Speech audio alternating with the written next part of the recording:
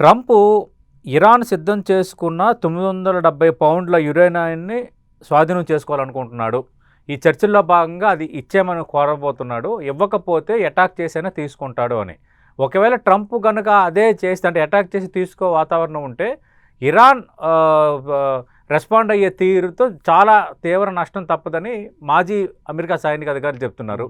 మీ అంచనా ఏంటి? నిజంగా ట్రంప్ అక్కడి వరకు చేస్తాడా? యురేనియం స్వాధీనం చేసుకున్నంత ఆ చర్యకు ఉపక్రమిస్తాడా? ఒకవేళ చర్చల్లో భాగంగా మీ దగ్గర ఉన్న 400 కేజీలు యురేనియం మాకు ఇచ్చేయండి అంటే ఇరాన్ ఇచ్చే వాతావరణం ఉందా?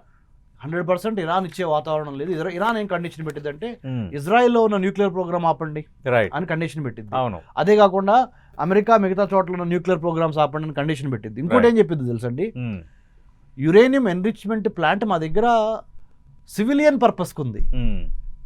అంటే విద్యుత్ శక్తి తయారు చేసుకోవడానికి న్యూక్లియర్ నుంచి ఇంకా వేరే వేరే మెడికల్ అవసరాలకి మేము పెట్టుకున్నాము, మేము బాంబు చేస్తామని ఇంటర్నేషనల్ అటామిక్ ఎనర్జీ ఏజెన్సీ వచ్చినాక నిరూపించలేకపోయింది కదా, ఇచ్చే పరిస్థితే లేదు అని ఇరాన్ గ్యారంటీగా ఎదురొడిద్ది. కాబట్టి ఇది ఎట్టి పరిస్థితుల్లోనూ దీన్ని మాట్లాడి ఆపగలిగిన శక్తి భారత్కు ఉంది. కాబట్టి ఆ లీడ్ మనం తీసుకొని ముందరకెళ్ళాలి. ఎందుకంటే న్యాయకత్వము ఎవరు పళ్ళెంలో పెట్టేవారు, దాన్ని మనం క్లెయిమ్ చేసుకోవాలి.